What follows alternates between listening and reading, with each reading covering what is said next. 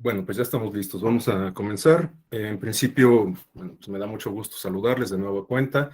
Vamos a concluir este primer módulo del diplomado sobre Derecho Electoral, en donde vamos a revisar de manera panorámica algunas figuras de participación ciudadana, perdón, directa o semidirecta.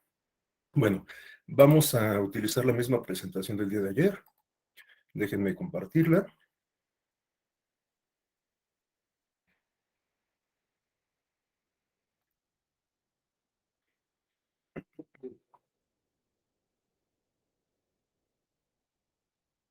Ok, nos quedamos en esta parte.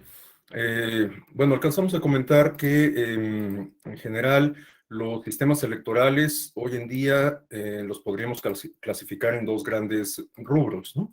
Los que se definen por la regla de la mayoría y los que se definen por la regla de la representación proporcional. Aunque también quedamos que hay algunos modelos que son, digamos, híbridos o mixtos, como es el caso mexicano, en donde compaginan, digamos, los dos principios o las dos reglas de decisión, el de mayoría y el de representación proporcional.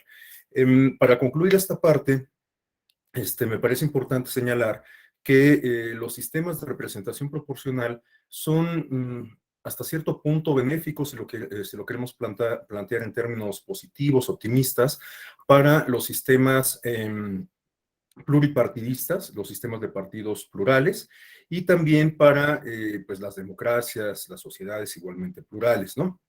Esto porque, como les comentaba, no es indispensable, no es necesario el ganar elecciones por el principio de mayoría relativa, sino que en atención al porcentaje de votos, al número de votos que cada partido político obtiene, puede hacerse acreedor a un escaño o a distintos escaños de representación proporcional. De tal suerte que las fuerzas minoritarias pueden verse representadas en los órganos legislativos, particularmente, reitero, en atención al porcentaje de votos que cada uno obtiene, ¿no? Entonces, también comentaba ayer que una de las principales ventajas que tienen los sistemas de representación proporcional consiste en hacer útiles, por utilizar una expresión, o por usar una expresión muy coloquial, consiste en hacer útiles la mayor cantidad de votos posibles, ¿no? Esto ante esta percepción que les decía de que en los sistemas de mayoría pareciera que los únicos votos que tienen relevancia, que tienen importancia, son los que se emiten a favor del candidato o de la candidata ganadora, porque son los que definen la elección. En el caso de los sistemas de representación proporcional, bueno, pues aun cuando cada fuerza política obtenga un mínimo porcentaje de votos, siempre y cuando obtenga el umbral que establece la legislación, el mínimo de votos que se establece en la Constitución y en las leyes, bueno, puede acceder a espacios de representación política, ¿no? Y bueno, les decía que esto es benéfico sobre todo para los partidos minoritarios, pero también puede serlo para las sociedades, para los colectivos minoritarios de una sociedad, ¿no? En el caso mexicano no hay, digamos, como un vínculo tan estrecho entre ciertos colectivos sociales y los partidos políticos, como puede haber en otras latitudes, en donde tenemos, por ejemplo, partidos de los trabajadores, partidos obreros, partidos campesinos, partidos por la diversidad sexual, entre muchos otros, ¿no? E incluso, bueno, hay ciertas latitudes, ciertos sistemas políticos en donde se permite el registro y la competencia electoral de partidos de tipo confesional. Es el caso de los partidos, por ejemplo, demócrata cristiano, ¿no? En el caso mexicano, como sabemos que uno de los pilares de nuestro sistema político, que se ha afianzado a lo largo de muchos años, estriba en la separación entre iglesia y Estado, es decir, en el principio de laicidad. Bueno, pues esta posibilidad de que contemos con partidos confesionales está cancelada, ¿no? Pero hay otros sistemas políticos en donde, reitero, esto es posible. Bueno, entonces, en este sentido, cuando hay un vínculo directo, más estrecho, entre ciertos colectivos considerados en situación de vulnerabilidad y los partidos políticos, pues por supuesto que como consecuencia puede darse el caso de que esos colectivos sociales estén mayormente representados en los órganos de toma de decisiones, ¿no? Es decir, que a partir del vínculo que tienen con los partidos políticos, se vean representados estos colectivos con identidades sexuales no binarias, de personas con discapacidad, de adultos mayores, de obreros, de campesinos, etcétera, ¿no? Entonces, bueno, pues eso también puede ser positivo en términos democráticos, porque reitero, puede ser que se abran espacios de representación política para colectivos sociales particulares, ¿no? Y bueno, también para el caso de México en particular, el tema de la representación proporcional fue fundamental como una variable, como un elemento en el contexto del tránsito hacia la democracia. Ayer hacíamos mención de cómo en el año de 1962 se incorporó la figura de las diputaciones de partido en nuestro país y cómo era un antecedente de el sistema de representación proporcional precisamente, ¿no? Entonces comentaba que con esas diputaciones de partido que comenzaron a ganar las fuerzas opositoras, los partidos de oposición, perdón, desde el interior de los órganos legislativos, en este caso en particular de la Cámara de Diputados, comenzaron a impulsarse ciertas reformas que a la sazón pues significaron el cambio democrático en nuestro país, ¿no? Esto se hizo más evidente con las reformas de los años 90 y en particular, bueno, me parece que tiene particular relevancia justamente el tema que estoy señalando, que es el de la representación proporcional, porque a partir del año de 1977 se incorporó la figura de la representación proporcional a nuestro país y durante las siguientes reformas se modificó el número de diputaciones, porque originalmente con la reforma del 76 solamente había 100 diputaciones de representación proporcional. Y bueno, con posterioridad, ya en las reformas de los años 90, se incrementó a 200, que es el número que tenemos actualmente. Ahora, para ya cerrar ahora sí esta parte de la representación proporcional, me parece relevante destacar que en ocasiones se suele ver la representación proporcional con cierto desdén porque la gente no la entiende, porque hay personas que no hacen campaña por parte de los partidos políticos para obtener escaños de representación proporcional. En fin, hay muchas cuestiones que pueden ser cuestionables de este sistema.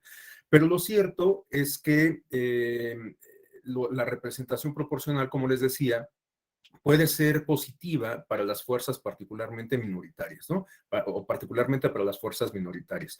Por supuesto, también de la representación proporcional se benefician los partidos con mayor fuerza electoral, considerando que el criterio es asignar escaños en proporción a el porcentaje de votos que cada partido obtiene, pues naturalmente el partido que obtiene un porcentaje mayor de votos va a hacerse acreedor a una cantidad mayor de escaños por el principio de representación proporcional. Pero, reitero, quizás una de las principales ventajas de este sistema consista en beneficiar a los partidos políticos. Y bueno, soy más cuidadoso con esta expresión de beneficiar. Me parece que es más positivo porque refleja de manera más fiel la representación política de los partidos políticos, porque hay como un vínculo más directo, más estrecho entre el número de votos que cada partido obtiene y los escaños que cada partido político obtiene, ¿no? Porque también hay que recordar que, bueno, pues en muchos sistemas políticos, electorales y de partidos, se puede dar el fenómeno de la sobrerepresentación, en donde a partir de los vínculos de los acuerdos que establecen los partidos políticos para formar coaliciones o alianzas electorales, bueno, pues puede ser que un partido político esté mayormente sobre representado, es decir, que tenga más escaños en la Cámara de Diputados en comparación con el número de votos que obtuvo cada partido político. Y de hecho, justamente para combatir este fenómeno, desde la Constitución se establece un límite de sobrerepresentación, de tal suerte que el margen que puede existir entre el número de votos que obtiene cada partido político y el número de escaños que obtiene cada partido político debe de ser de 8 puntos porcentuales. La variación que debe haber entre esos dos elementos no puede exceder 8 puntos porcentuales. Aunque, bueno, pues les digo, en ocasiones nos hemos enfrentado a fenómenos en donde partidos que suscriben alianzas electorales con otros quedan mayormente sobre representados al momento de que se asignan los escaños de representación proporcional. Y esto pues es una distorsión, es algo que pues no tendría que ser aceptable, por lo menos desde mi perspectiva. Esto no tendría que ser aceptable porque pues no se corresponde el número de escaños con el número de votos que obtuvo cada partido político. Bueno, bueno, en esta lámina solamente se enuncian las distintas fórmulas que nos proporciona la teoría política para la asignación de escaños de representación proporcional. Eh, Podemos identificar dos elementos que son, digamos, los factores de división o los factores de asignación y que estriban en un factor de división propiamente y en un cociente electoral, que finalmente termina siendo un factor de división, ¿no? Un elemento que nos sirve como parámetro, como referencia para poder desarrollar la fórmula de asignación de representación proporcional. Y aparte tenemos algunas otras modalidades como es la imperial y la de proporciones matemáticas, el voto doble, etcétera. En el caso mexicano, la fórmula que hemos adoptado es la de ARE. No tenemos mucho tiempo como para explicarla a detenimiento, porque además les digo que tiene cierto grado de complejidad, pero lo que ocurre acá es que primero tenemos que calcular cuál es el porcentaje de votos que tiene cada partido político para saber cuál de ellos o cuáles de ellos cumplen con el porcentaje que establece la Constitución, con el umbral electoral que es del 3%. Todo partido que obtiene el 3% de la votación válida tendría derecho a acceder a la asignación de escaños de representación proporcional. Y después tenemos que desarrollar algunos otros pasos de la fórmula, por ejemplo, identificar que ningún partido político esté ya sobre representado por sus triunfos de mayoría relativa, porque esto también puede ser una realidad, es decir, que un partido político rebase ese límite del 8% entre el número de votos y el número de escaños que tiene, solo por sus triunfos electorales, ¿no? Es posible que un partido político, tan solo por sus victorias obtenidos en los distritos uninominales, ya esté en esa condición de sobrerepresentación. Entonces, en un supuesto así, lo que tiene que hacer la autoridad electoral es descartar al partido político en cuestión para no llevarlo todavía más allá de su límite de sobrerepresentación. O sea, si ya sabemos desde antes de hacer la asignación de RP que un partido político está sobrerepresentado, pues naturalmente si le asignamos más escaños de representación proporcional, lo vamos a llevar a un límite todavía más lejano de sobrerepresentación. Entonces, ese partido político tiene que quedar fuera de la asignación de escaños de representación proporcional, pero también se tiene que descontar la cantidad de votos que emitieron a su favor los electores, ¿no? Porque resultaría injusto que los demás partidos que sí van a participar en la asignación de escaños de RP se repartan los votos que obtuvo un partido político que no va a formar parte del proceso. Entonces, el partido que está sobre representado no participa, pero sus votos se dejan de contar. Entonces, los votos efectivos de los demás partidos que siguen en proceso, en el proceso, nos sirven para calcular justamente el cociente electoral. El cociente electoral lo vamos a obtener de dividir esa votación entre el número de escaños que vamos a asignar. Pensemos en el caso del Congreso Federal. La Cámara de Diputados, ya quedamos que se integra por 300 diputaciones de mayoría relativa y 200 de representación proporcional. Bueno, pues entonces el número de votos que tenemos hasta esa etapa, descontando los de los partidos que no alcanzaron el umbral electoral, descontando en su caso los de los partidos que hubiesen rebasado el límite de sobrerepresentación, descontando los votos emitidos a favor de candidatos independientes, descontando los votos nulos, descontando los votos para candidatos no registrados. Una vez que hemos hecho toda esa depuración, bueno, esa cantidad que nos queda la tenemos que dividir entre 200 y con eso vamos a obtener nuestro cociente electoral. El siguiente paso va a consistir en ver cuántas veces cabe el cociente electoral en los votos que cada partido político obtiene, ¿no?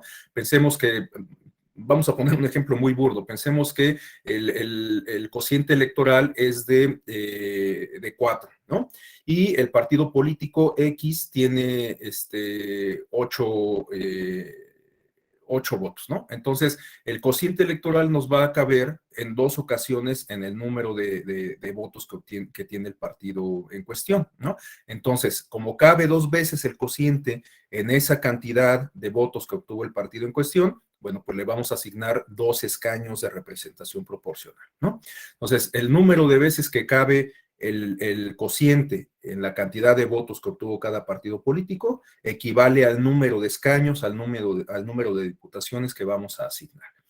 Y solamente se tienen que tomar los números enteros, es decir, que si la división del cociente entre la cantidad de votos del partido en cuestión nos da, por decir algo, 5.9, no sube a 6, ¿no? O sea, se queda en 5 nada más. Solamente se toman en consideración los números enteros. Sin embargo, ese excedente de 0.9 se toma en consideración para una siguiente etapa. En esta siguiente etapa, si todavía quedaran diputaciones por asignar, después de que hemos hecho la división por cociente, la asignación correspondiente, si todavía faltaran escaños por asignar, bueno, esos escaños que faltan por asignar los vamos a otorgar a cada partido político en función de su remanente de votos, es decir, en función de los votos sobrantes que tengan los partidos políticos hasta esa etapa. ¿Por qué utilizo esta expresión de votos sobrantes? Pues porque durante la etapa de asignación de cociente tenemos que descontar por cada diputación que asignemos a cada partido político, debemos descontar el valor del cociente en votos, ¿no? Es decir, para utilizar una expresión muy coloquial, cada escaño, cada diputación tiene un valor en votos. Entonces, tenemos que ir descontando los votos de cada partido político en atención a los escaños que vamos asignando.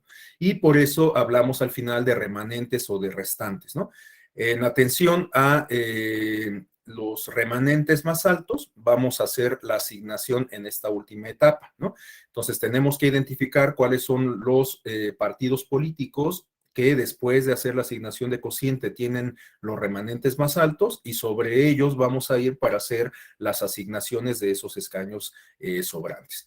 Todo esto que estoy comentando, por supuesto que es bastante más sofisticado, tiene una dinámica, una lógica técnica un tanto más compleja, pero grosso modo así es como se desarrolla la fórmula de representación proporcional en los sistemas que se rigen por este principio, ¿no? Y bueno, un elemento que también ya había comentado, que es base para poder hacer la asignación, es el registro de las listas de candidaturas de representación proporcional que hacen los partidos políticos. Como les decía, en el caso de este principio, no votamos por una persona en individual, sino por un conjunto de personas que son postuladas, que son propuestas por el partido político a través de una lista. Entonces, el orden de prelación de la lista también es importante porque naturalmente se va a tomar en consideración a las personas que encabezan las primeras fórmulas de la lista, ¿no? En atención al número de escaños a que se haga acreedor cada partido político, bueno, pues se van a ir tomando fórmulas de la lista en orden descendente, ¿no? Si el partido político tiene derecho a que se le asignen 10 escaños, por decir algo, bueno, pues vamos a tomar en consideración los 10 primeros lugares de esa fórmula, los 10 primeros lugares de las fórmulas que integran esa lista registrada por el partido político, ¿no? Si el partido tiene derecho a que se le asignen 12, 15 escaños, bueno, pues nos seguimos entonces con las siguientes fórmulas que aparecen igualmente en orden decreciente en la lista de los partidos políticos. Entonces, grosso modo, así es como funciona el sistema de representación proporcional. Y bueno, pues su desaparición o modificación ameritaría una discusión importante por las implicaciones que tiene. Puede ser que resulte en un desequilibrio de fuerzas electorales, puede ser que resulte en condiciones más adversas para las nuevas fuerzas electorales, es decir, que los partidos de nueva creación tienen menos posibilidades de obtener escaños, en fin, tiene distintas repercusiones, ¿no? Entonces, pues bueno, yo tomaría con cierta cautela estas propuestas que incluso provienen desde los propios y las propias legisladoras, algunas de las cuales están ahí por el principio de representación proporcional, bueno, pues algunas propuestas han deslizado esta posibilidad de reducir los escaños de representación proporcional o incluso de desaparecerlos, ¿no? Bueno, yo la verdad sería cuidadoso con eso por estas implicaciones de las que estoy hablando. Bueno, a continuación, quisiera hacer mención a este concepto de Robert Dahl, que de alguna manera resume varias de las cosas que hemos venido comentando desde el día de ayer.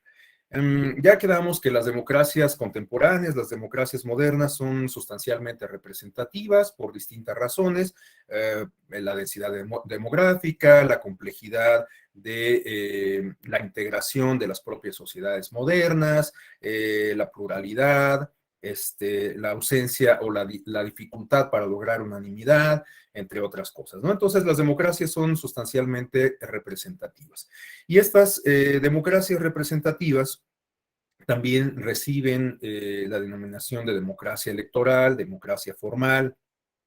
En algunos casos incluso ha sido definida como democracia ahí se me fue la expresión.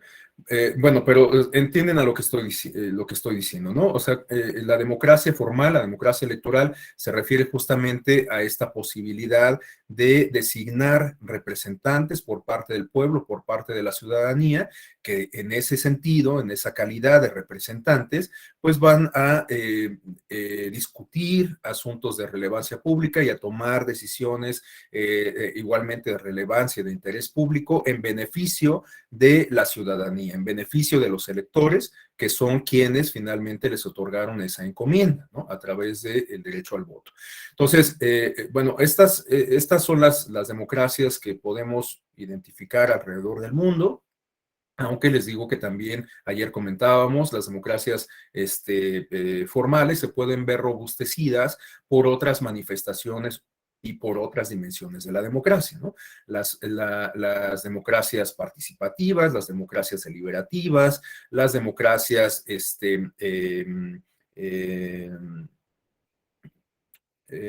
sustantivas, entre otras, ¿no? Bueno, todo esto para señalar que las democracias formales, las democracias electorales, tienen que cumplir con ciertos requisitos, con ciertas condiciones para que sigan considerándose como tales, para que sigan ostentándose como formas de organización política en donde el poder o el gobierno radica en el pueblo, ¿no?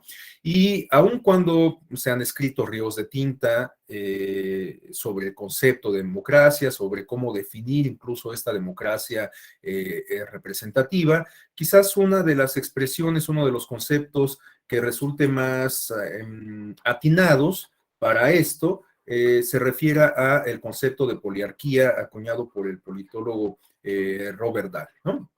Bueno, Robert Dahl nos habla que estas poliarquías, que son, pues de alguna forma, como les digo, una una manera de referirse a las democracias representativas y en particular a estas condiciones que las definen, a estas características que las definen, bueno, pues integra un catálogo de las mismas, un catálogo de estos rubros, de estas características, ¿no? Es decir, que hoy en día cualquier poliarquía tendría que contar por lo menos con este catálogo de 7 elementos que define Robert Dahl, ¿no?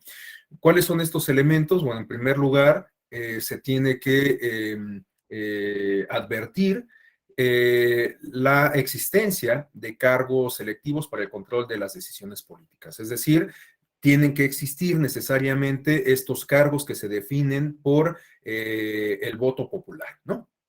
Es decir, tienen que existir estos cargos que de alguna manera permiten hacer funcionar a las democracias representativas, a las democracias modernas. Si no existiera esta posibilidad de designar agentes políticos mediante el voto, pues bueno, estaríamos hablando de cualquier otra cosa menos de una democracia, ¿no? Bueno, por otro lado, tenemos que justamente los mecanismos que nos permiten hacer estas designaciones se refieren a elecciones que tienen que ser libres, periódicas e imparciales. El hecho de que sean libres, pues se refiere a esta posibilidad de que quienes integran el poder público, la ciudadanía, lo haga con absoluta autonomía, sin sujetarse a presiones, sin sujetarse a algún tipo de fuerza, de cooptación, ¿no? Sino que se tiene que hacer con absoluta libertad, ¿no? Sin estar sojuzgado a ningún poder, a ninguna entidad, a ninguna dinámica ulterior. Y el hecho de que sean periódicas resulta crucial porque en aquellos casos en donde hay elecciones, pero finalmente el poder se siga manteniendo en un mismo grupo, en una misma clase política, en una misma persona, pues en realidad estamos hablando de algo que no es democracia, ¿no? Uno de los distintivos de la democracia se refiere a la renovación del poder público, ¿no?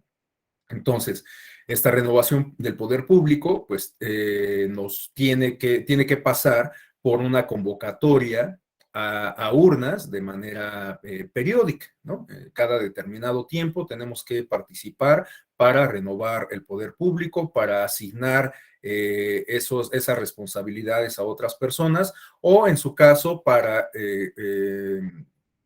digamos, encargar o hacer un nuevo encargo a las mismas personas por un periodo similar, en aquellos casos en donde existe la reelección o la elección consecutiva, ¿no? Porque, bueno, pues en estos casos donde existe la reelección, pues tenemos la posibilidad tanto de votar por una persona distinta a la que está desempeñando el cargo, como de volver a votar por esa misma persona. Si estamos de acuerdo con la gestión que está haciendo, con los logros que está obteniendo, si es un legislador, una legisladora, si estamos de acuerdo con las iniciativas que presenta, con las discusiones que tiene en los órganos parlamentarios, con la manera en que vota, bueno, pues podemos reiterarlo, confirmarlo en el cargo por un periodo adicional, ¿no? Bueno, entonces la condición de periodicidad es clave en las democracias, o por lo menos en los sistemas electorales que se precien, en los sistemas políticos que se precien de ser democráticos. Y bueno, la imparcialidad en la función electoral también es fundamental porque naturalmente en aquellos contextos en donde la competencia política, en la competencia electoral, hay ciertas condiciones que favorecen a una fuerza política en particular, un candidato, un partido, bueno, pues igualmente estamos hablando de un contexto no plenamente democrático, ¿no? Ayer hicimos muchas alusiones a el México del siglo XX, en donde, bueno, pues teníamos un sistema electoral, había elecciones, había partidos de oposición, pero todo el diseño institucional, jurídico y las propias dinámicas que de ello derivaban, pues favorecían la existencia del régimen existente, ¿no? Que era, como ya lo comentamos, o tomaba como punto de referencia, como punto de compás, como la punta del compás a el partido oficial, ¿no? Un partido que había institucionalizado la revolución y que encontraba su origen justamente en el periodo del Maximato. Entonces, bueno, pues en esos casos en donde existen estas condiciones de parcialidad hacia una fuerza política, reitero, pues no estaríamos hablando propiamente de una democracia, ¿no? Bueno, por otro lado, tenemos que una tercera variable, un tercer elemento que deben de tener las poliarquías, las democracias modernas, se refiere al sufragio universal, al sufragio inclusivo. Ayer comentábamos que, por ejemplo, para el caso de la Grecia clásica, en donde existía la democracia pura, o la democracia en su manifestación más pura, en donde todos los ciudadanos participaban en la discusión de todos los asuntos públicos y entre todos tomaban los acuerdos al respecto. Bueno, comentábamos que esto era posible por las características, entre otras cosas, por las características de esta categoría de ciudadanía, ¿no? Era una categoría sumamente excluyente, elitista, xenófoba, en atención a que dejaba fuera a los extranjeros, a las mujeres, a los jóvenes, a los comerciantes, a los esclavos, y solamente aplicaba para los hombres adultos que además tenían cierta posición social y económica, ¿no? Incluso esta misma posición acomodada era lo que les permitía participar en los asuntos públicos porque pues no tenían que preocuparse por el sustento. En realidad, pues sus propios bienes les daban para poder dedicarse a los asuntos públicos, ¿no? Hoy en día, la categoría de ciudadanía pues es muy distinta en comparación con la que existía en la antigua Grecia, bueno, también en Roma, pero a lo que voy es que hoy en día la condición de ciudadanía tiene que ser universal e incluyente, ¿no? De tal suerte que pues prácticamente cualquier persona que obtenga la nacionalidad en un país determinado, pues puede ser considerado ciudadano, aunque en algunas ocasiones, como es el caso mexicano, se pueden establecer algunos criterios adicionales, como un criterio etario, un criterio de edad, ¿no? Para el caso mexicano sabemos que la ciudadanía se alcanza hasta que se cumplen los 18 años. Y además, bueno, exige que se cuente con un modo honesto de vivir, ¿no? Pero en general, bueno, pues son requisitos que puede cumplir prácticamente cualquier persona, ¿no? Bueno, naturalmente, si alguien está privada de su libertad por haber cometido un delito, bueno, pues quizás tenga restringidos sus derechos políticos asociados con la ciudadanía. También esta es una discusión que ya se ha puesto sobre la mesa en últimas fechas y a la cual ha entrado con ahínco el Tribunal Electoral. De hecho, el Tribunal Electoral, seguramente ustedes ya han tenido oportunidad de revisar este tipo de casos en otras clases del diplomado, ha planteado o ha ordenado al Instituto Nacional Electoral que lleve a cabo un programa de voto en prisión preventiva, considerando que, bueno, pues hay muchas personas que enfrentan un proceso penal, pero sobre los cuales no existe una sentencia definitiva. Entonces, están privados de su libertad, pero no existe una sentencia condenatoria y aún así están suspendidos en sus derechos políticos. Bueno, pues esto ha sido valorado por el Tribunal Electoral como una vulneración precisamente a los sistemas, de derechos humanos y que trastocan la calidad de la democracia. Bueno, esa es discusión aparte. El caso es que hoy en día la ciudadanía es una categoría incluyente que pues involucra a un mayor número de personas de una comunidad política, ¿no? O de quienes integran una comunidad política. Bueno, también tenemos el derecho a ocupar cargos públicos en el gobierno, es decir, se debe de considerar una segunda dimensión del derecho al voto. Recordemos que el derecho al voto pues se ejerce justamente en dos dimensiones, es binario, ¿no? Por un lado tenemos la posibilidad de participar emitiendo nuestro voto para designar a nuestros representantes y con ello integrar el poder público, pero por otro lado nosotros mismos podemos participar como representantes populares, ¿no? Entonces podemos ser votados y al mismo tiempo votar. Entonces, pues esta posibilidad de ser postulados, de participar en cargos de elección popular o en la definición de cargos de elección popular, pues tiene que estar garantizado también en cualquier contexto democrático.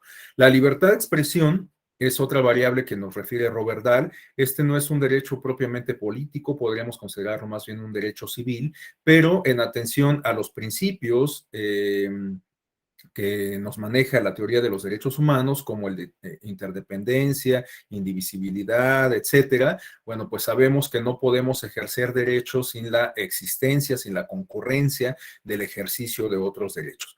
Para el caso de los derechos políticos, bueno, el derecho a la libertad de expresión es crucial porque nos permite, por un lado, también el derecho a la libertad de expresión, hay que recordar que es bidimensional. Por un lado, nos permite expresar justamente, externar nuestras opiniones, nuestras ideas, nuestras posturas, pero por otro lado, la segunda dimensión se refiere a el derecho a la información.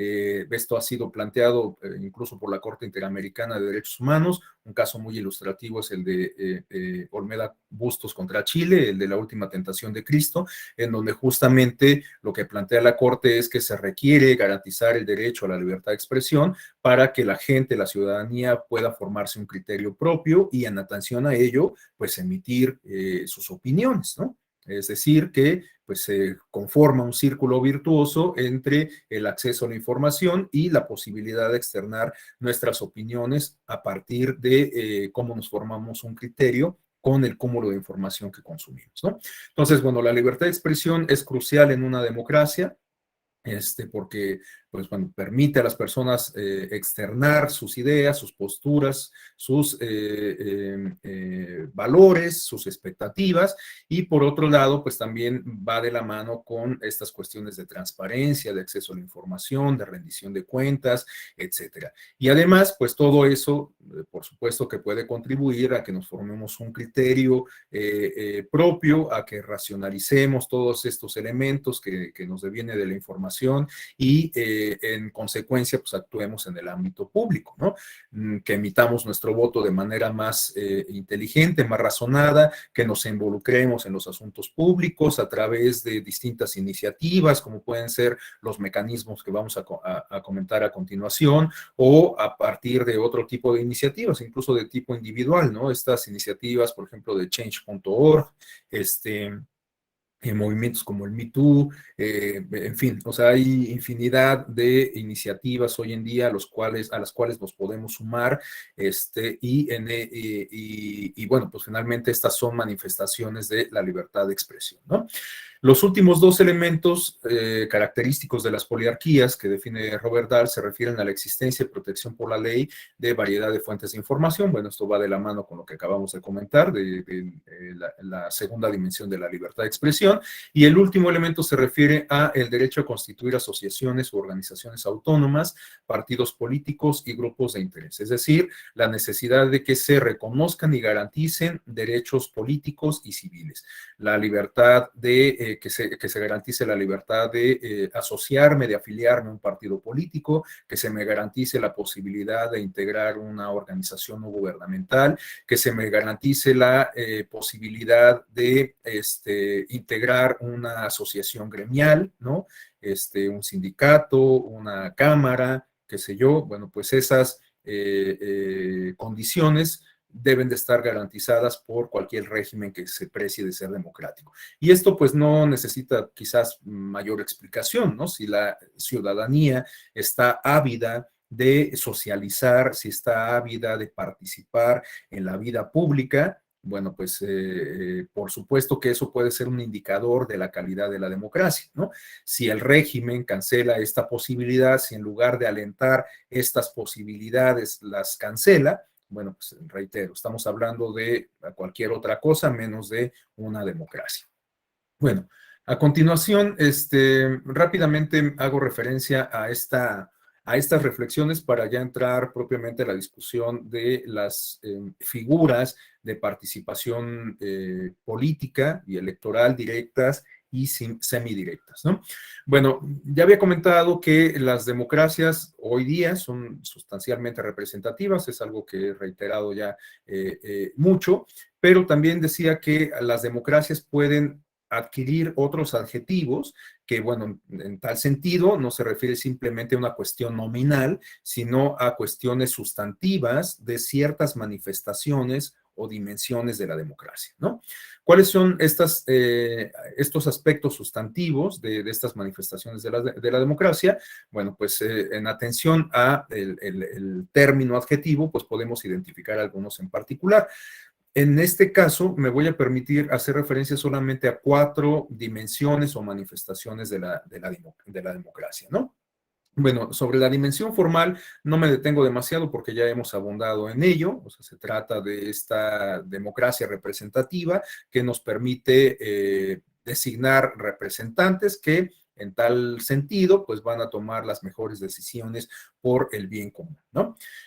Ahora, las siguientes dimensiones de la democracia las entiendo yo. Este es un planteamiento que estoy retomando de una colega politóloga de la Facultad de Ciencias Políticas de la UNAM, Carolina Gilas, quien además tuvo un paso destacado por la Escuela Judicial Electoral. Bueno, es una politóloga académica muy, muy destacada, muy comprometida con temas electorales y en materia de género.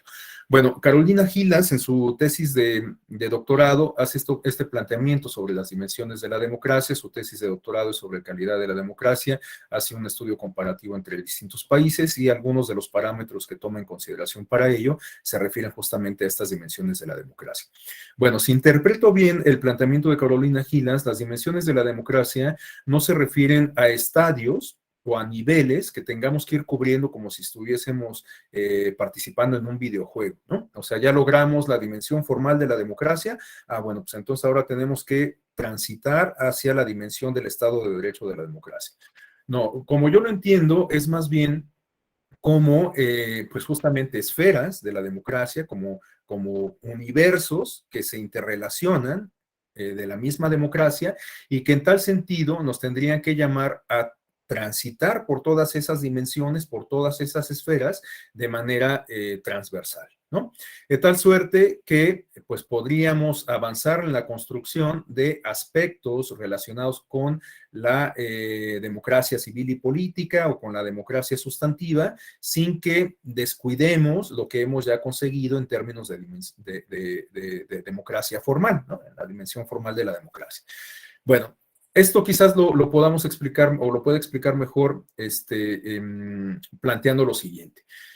Ya tenemos un estado de cosas que nos permite renovar periódicamente el poder público, que nos permite ejercer la ciudadanía, entendida esta como una categoría incluyente. Tenemos un contexto en donde se respetan, se reconocen y se respetan los derechos humanos, etcétera, ¿no? Bueno, pero esto que hemos logrado, de acuerdo con algunos barómetros que se han llevado a cabo tanto a nivel nacional como en la región latinoamericana, nos dan cuenta de que hay muchas personas que no están totalmente satisfechas con la democracia que tenemos, ¿no? Incluso estimaciones como las de Latinobarómetro en su último informe 2020, aunque bueno, es una tendencia que se advierte desde las emisiones previas, hay personas que consideran que si bien la democracia es preferible a cualquier otra forma de gobierno o de organización política, no les importaría optar por un gobierno democrático que satisfaciera las condiciones socioeconómicas, ¿no? Que mejorara las condiciones socioeconómicas. Bueno, esta es una tendencia que se ha mantenido a lo largo de los años en las estimaciones de Latinobarómetro. ¿De qué nos habla este dato? Bueno, por supuesto podemos darle muchas interpretaciones, pero quizás una de ellas consista en que la democracia ha generado muchas expectativas que no ha podido cumplir por la propia naturaleza de la democracia, ¿no? ¿Cuáles son algunas, bueno, por la propia naturaleza de la democracia o las características de la democracia y también por las características particulares que ha asumido la democracia en cada región de Latinoamérica, ¿no? Es decir, cómo funciona o cómo ha funcionado la democracia para Chile, cómo ha funcionado la democracia para México, cómo ha funcionado la democracia para Costa Rica, etcétera, ¿no? ¿Esto por qué lo comento? Porque veamos que, por ejemplo, en el caso de Costa Rica, que tiene una tradición democrática considerable, una cultura política democrática, pues me parece que más que aceptable. De hecho, pues no es de gratis, no es de oquis que en Costa Rica es donde está instalada la Corte Interamericana y la Comisión Interamericana de Derechos Humanos. Es un país que no tiene ejército, entre muchas otras cosas, ¿no? Entonces, bueno, podríamos considerar, por lo menos a mí me lo parece, que Costa Rica es un país con una tradición democrática importante, ¿no? Sin embargo, no podríamos hablar de que Costa Rica esté entre las economías más poderosas de la región latinoamericana, no digamos ya del mundo. ¿Qué es lo que nos dice esto? Bueno, pues que tenemos un país que puede ser destacadamente democrático, pero con carencias sociales y económicas, ¿no? Entonces, ¿esto por qué lo comento? Porque quizás la democracia por sí misma no esté llamada a satisfacer o a cubrir las necesidades económicas y sociales de toda la sociedad. Y de hecho, creer esto puede representar un riesgo o una amenaza para la democracia, porque habrá que recordar cómo llegaron varios de los regímenes totalitarios de la Europa occidental en la primera mitad del siglo XX, justamente manejando un discurso de mejora para la población, de desarrollo económico, de sustentabilidad, etcétera, ¿no? Y bueno, pues eso fue lo que llevó, entre muchas otras cuestiones, no quiero simplificar demasiado, a personajes como Hitler o como Mussolini a la posición que ocuparon, ¿no? Habrá que recordar que por lo menos esos dos personajes llegaron a el poder no por la vía armada, no por un golpe de Estado, sino por la vía democrática, por elecciones libres, ¿no? Y entre sus propuestas de campaña, entre estas propuestas que terminaron por seducir a los grandes electorados, pues estaba justamente esta de generar condiciones económicas favorables para sus países, ¿no? En el caso de la Alemania nazi, pues sabemos que en efecto el régimen dio un impulso importante a la industria, no solamente a la industria militar, sino a muchas otras industrias. Hay algunas compañías, empresas que encontraron su génesis durante el periodo de la Alemania nazi y que siguen estando vigentes. Naturalmente, bueno, pues se trata de empresas que han tenido un desarrollo pues disociado ya con las cuestiones ideológicas que les dieron origen, pero bueno, pues tenemos el caso de Siemens, de la Volkswagen y demás, ¿no? Que encontraron su origen, reitero, en esa Alemania nazi y que hoy son de las empresas transnacionales más importantes en el orbe, ¿no? Bueno, entonces esto nos sirve para darnos cuenta de que incluso esta expectativa sobre que el régimen político en sí mismo va a tener una repercusión significativa, importante, trascendente sobre las cuestiones macroeconómicas, no siempre se corresponden con la realidad. Y que además de ello, bueno, pues esto puede representar un riesgo para la democracia en sí misma, ¿no? Entonces es algo que debemos de tomar en consideración porque, bueno, a lo mejor estoy siendo demasiado extremo al citar estos casos clásicos, ¿no? De regímenes totalitarismos, pero pues basta con que echemos un vistazo a los discursos de algunos integrantes de la clase política de distintos países en la actualidad para identificar ciertas afinidades con aquellos ejemplos, ¿no? Este eslogan que llevó a la presidencia de la Unión Americana a Donald Trump de hacer grande América otra vez, bueno, pues guarda cierta afinidad con esto que estoy comentando, ¿no? Y bueno, pues hay muchos personajes de este tipo alrededor del mundo. Ayer estaba viendo bueno, parte del debate entre los candidatos de las elecciones a Colombia, y bueno, hay ciertas expresiones que de verdad, pues tendrían que llamar a la reflexión respecto al perfil y los valores de algunos políticos, y bueno, esto lo refiero porque pues, en todos lados se cuecen habas, ¿no? Entonces, en todos lados se dan este tipo de manifestaciones, en todos lados se generan expectativas que quizás la democracia no puede cumplir, y bueno, pues hay que tener mucho cuidado con eso. Aunque también, y esto me da la pauta para el siguiente argumento de esta misma lámina, hay que pensar que la democracia sí puede tener manifestaciones en términos sustantivos y que se vean reflejados en el entorno inmediato de las personas. Es decir, que la gente vea materialmente los beneficios de la democracia, ¿no? ¿Cómo se pueden advertir los beneficios de la democracia en términos materiales? Bueno, pues, por ejemplo, si la gente se involucra en los asuntos públicos y hace un escrutinio más escrupuloso del poder y de la gestión gubernamental.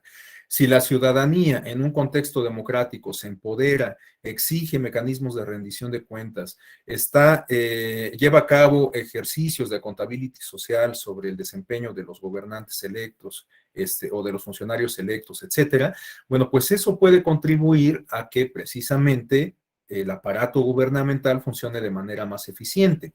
¿Qué se va a traducir esto? Bueno, pues en menos fugas de capital, en una mejor y más eficiente inversión pública, en cuestiones tan básicas como la capacitación del personal que integra el aparato burocrático, ¿no? Por ejemplo, en el sistema de salud, la capacitación a médicos, a enfermeras, el garantizar los insumos del sector este, salud, entre otras cuestiones, ¿no? Bueno, pues la democracia puede contribuir a ello justamente, ¿no? A una mejor eficiencia gubernamental, pero pues esto requiere pues de que vayamos construyendo, de que vayamos avanzando en estas dimensiones de la democracia, ¿no?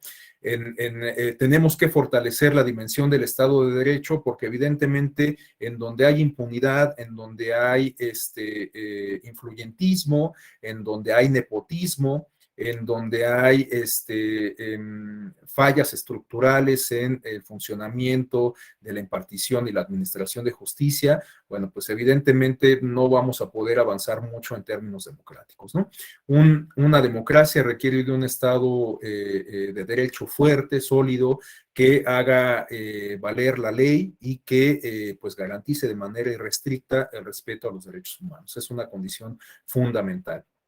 Ahora, lo que se refiere a la dimensión de la democracia civil y política, bueno, pues guarda relación con lo que yo comentaba, esta necesidad de involucrarnos más en los asuntos públicos, de sentirnos más llamados a escrutar el poder, a pues estar encima literal de quienes lo ejercen, ¿no? En el entendido de que ellos son representantes de nuestros intereses y por lo tanto pues tendríamos que estar al pendiente de que cumplan con esa función de manera adecuada, ¿no? Entonces, bueno, pues tendríamos que avanzar también en esa línea de construir una cultura política democrática que nos motive, que nos dé herramientas para involucrarnos en la vida pública de una manera responsable y de una manera que pues nos ayude a robustecer la democracia en sí. Y bueno, la consecuencia final pues tendría que ser justamente esta democracia sustantiva en donde prácticamente todas las relaciones que tengamos con las personas, la forma en que comuniquemos, interactuemos con nuestros pares, pues se dé a partir de ciertos principios, valores, lógicas, prácticas afines a la democracia, ¿no? Es decir, una democracia sustantiva. En una democracia sustantiva tendríamos que resolver un conflicto vial, pues orillándonos y llamándolo a nuestro seguro, como lo marcan los cánones de la civilidad, ¿no? Y no bajándonos a resolver el asunto a golpes, ¿no? En una democracia sustantiva, pues también tendríamos, como les decía, en términos materiales, podríamos identificar algunos beneficios del funcionamiento de la democracia, como el funcionamiento del sistema de salud, políticas públicas como las que tienen los países europeos, un sistema más eficiente de transporte público y demás. Y bueno, todo esto lo planteo no en términos ideales, sino en términos de posibilidades. O sea, sé que estamos años luz justamente de las democracias nórdicas, pero pues esos ejemplos nos hablan precisamente de democracias sustantivas, ¿no? En Dinamarca, en Noruega, en Finlandia, en todos estos países, bueno, pues siguen convocando a elecciones cada determinado tiempo para renovar el poder público, con lo cual, pues, cubren esta dimensión formal de la democracia. Hay pocos casos de corrupción, hay un aparato burocrático eficiente, hay una suerte de sistema civil de carrera que no está sujeto a la renovación de los liderazgos en el aparato gubernamental, lo cual pues evita que cada determinado tiempo se empiece una nueva curva de aprendizaje como ocurre en México, ante la ausencia justamente de un sistema civil de carrera. Pues bueno, cuando se cambia de gestión, pues bueno, el presidente, la presidenta municipal que llega, pues llega con su equipo y con toda una nueva administración, ¿no? Entonces, pues otra vez empieza la curva de aprendizaje y no se sistematiza la experiencia previa. En el ámbito gubernamental, pues esto es igualmente evidente. Por supuesto, hay funcionarios que llevan muchos años trabajando en la misma institución, pero hay muchos otros o muchas instituciones que se distinguen por la movilidad del personal, ¿no? Y pues esto va en detrimento de la eficiencia del aparato burocrático.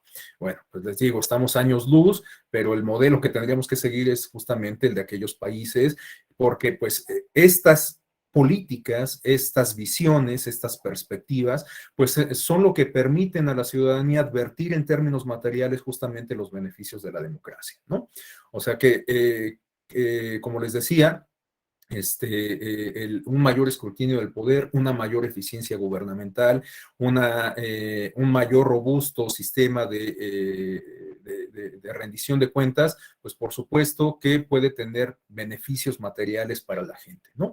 O sea, en América Latina sabemos que hay muchísimos casos de corrupción, muchísimos casos de fuga de capital, y bueno, si todo eso se pudiera minorar, pues nosotros podríamos advertir que, bueno, pues la democracia está funcionando de una manera mejor si tenemos calles pavimentadas en nuestro municipio, si tenemos alumbrado público, si tenemos parques que contribuyan a resarcir el tejido social, que pues hoy en día hace mucha falta ante estos fenómenos de polarización que vivimos en el mundo físico, pero también en el mundo de las redes sociales, en fin, o sea, todo eso pues de lo que nos habla, reitero, es una democracia sustantiva, ¿no? Que pues permita advertir los beneficios de esta forma de organización política a las personas de manera palpable, de manera clara, ¿no?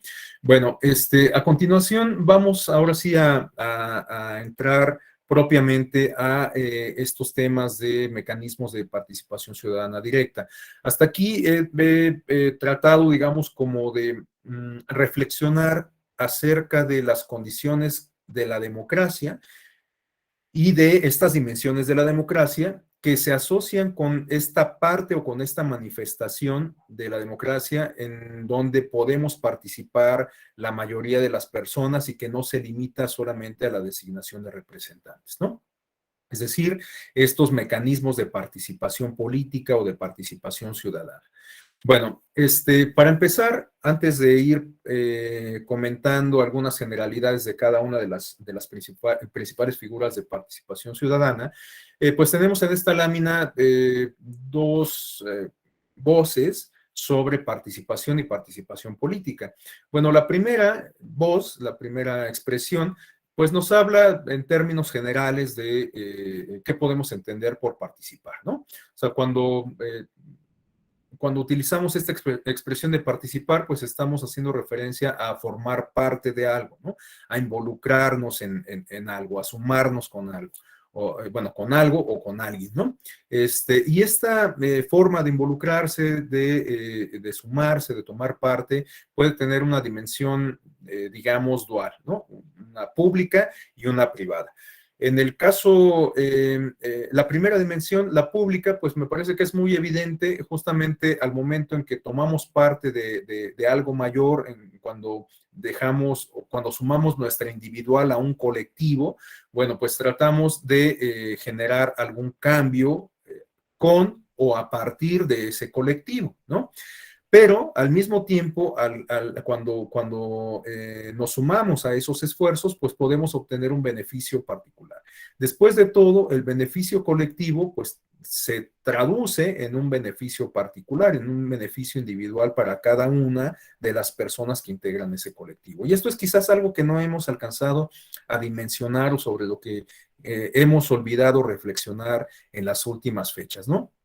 Cuando vamos en el transporte público y rayamos los cristales del metro, no nos damos cuenta de que, pues en realidad estamos alterando un servicio que, bueno, sí, en efecto, sirve para millones de personas, pero del cual yo mismo me estoy beneficiando, ¿no?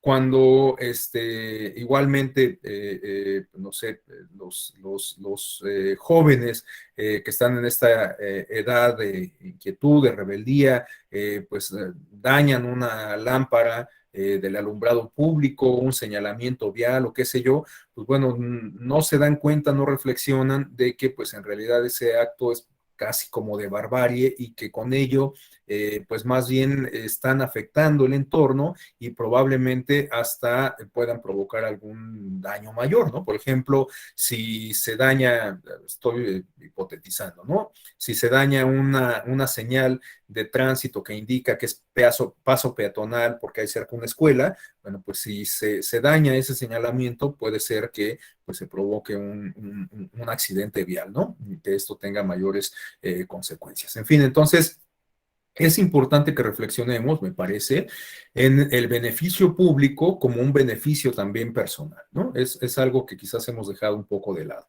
Ahora, lo que nos interesa destacar, lo que nos interesa comentar en realidad, pues no es la participación así en abstracto, sino un tipo de participación en específico que es la participación política, la participación pública, ¿no? Bueno, evidentemente la participación pública pues tiene una dimensión abierta, ¿no? Una participación política es lo relativo a lo público, a donde todos, respecto a lo cual todos formamos parte, ¿no? Ahora, la participación política tiene o podríamos considerar que persigue un propósito específico, que es interferir, tener injerencia en la toma de decisiones, ¿no? Cuando nos involucramos en los asuntos públicos, pues quizás justamente el objetivo que perseguimos es el poder influir en la toma de decisiones públicas, ¿no? Y esto, por supuesto, que puede manifestarse de distintas maneras, pero una de ellas puede ser la de una respuesta del gobierno, ¿no? Si, por ejemplo, nos manifestamos en contra de una política pública o a favor de una política pública determinada, pues puede ser que esa manifestación sea tomada en consideración por el gobierno para continuar con la aplicación de la política pública en cuestión o para revertirla, ¿no? No sé, podemos citar muchos ejemplos, pero ahorita me estaba acordando de que, por ejemplo, en el año 2015, si no me equivoco, cuando era senador el hoy gobernador del estado de Hidalgo, Omar Fayad, promovió una iniciativa para regular las redes sociales, sobre todo quizás tomando en consideración las características de nuestro modelo de comunicación política y las tendencias que hoy se están dando en estos términos de comunicación política, ¿no? Sabemos que aun cuando todavía no se han desplazado por completo la radio y la televisión como medios por antonomasia para la difusión de mensajes políticos y electorales. Bueno, lo cierto es que vemos que las nuevas tecnologías, en particular las redes sociales, se están convirtiendo en una palestra importante para la difusión de esos mensajes. Y bueno, quizás atendiendo, reitero, las características del modelo de comunicación política y en tal sentido que tomando en consideración que el mundo de las redes sociales no está regulado, pues el senador quizás le pareció importante pues entrarle a esta discusión. Pero ¿qué fue lo que pasó? Pues que hubo una manifestación o un conjunto de manifestaciones bastante importantes, tanto en el mundo físico como en el mundo virtual, grupos de ciberactivistas, colectivos sociales que defienden los derechos digitales y demás. Bueno, pues se llevaron a cabo muchas manifestaciones en contra de esta iniciativa de ley y la verdad es que no sabemos, no podríamos afirmarlo, si esta presión social finalmente motivó que el legislador en cuestión retirara el proyecto, ¿no? Pero es posible que sí, que la presión social haya sido un factor determinante para que el legislador retirara su iniciativa. Y bueno, como esto les digo, podemos citar infinidad de casos más en donde la presión social puede generar pues una respuesta en un sentido o en otro de las autoridades gubernamentales. Entonces, bueno, pues vemos cómo la participación a través de la movilización puede tener finalmente por satisfecho este objetivo de interferir, de tener injerencia en las decisiones públicas y alentar respuestas de los órganos gubernamentales. Bueno, puede haber formas de participar en la vida pública que se han institucionalizado o que buscan institucionalizarse, ¿no? Para lo cual, pues bueno, incluso se llevan a cabo esfuerzos legislativos para crear leyes que nos ayuden a definir los contornos de cada una de estas figuras de representación, de participación política, pero también lo cierto es que pues la participación política no se circunscribe, no se limita solamente a las figuras de participación institucionales o institucionalizadas, sino que puede correr también por vías no institucionales, ¿no? Por ejemplo, una forma muy básica de participar, pues es a partir del comportamiento individual, ¿no?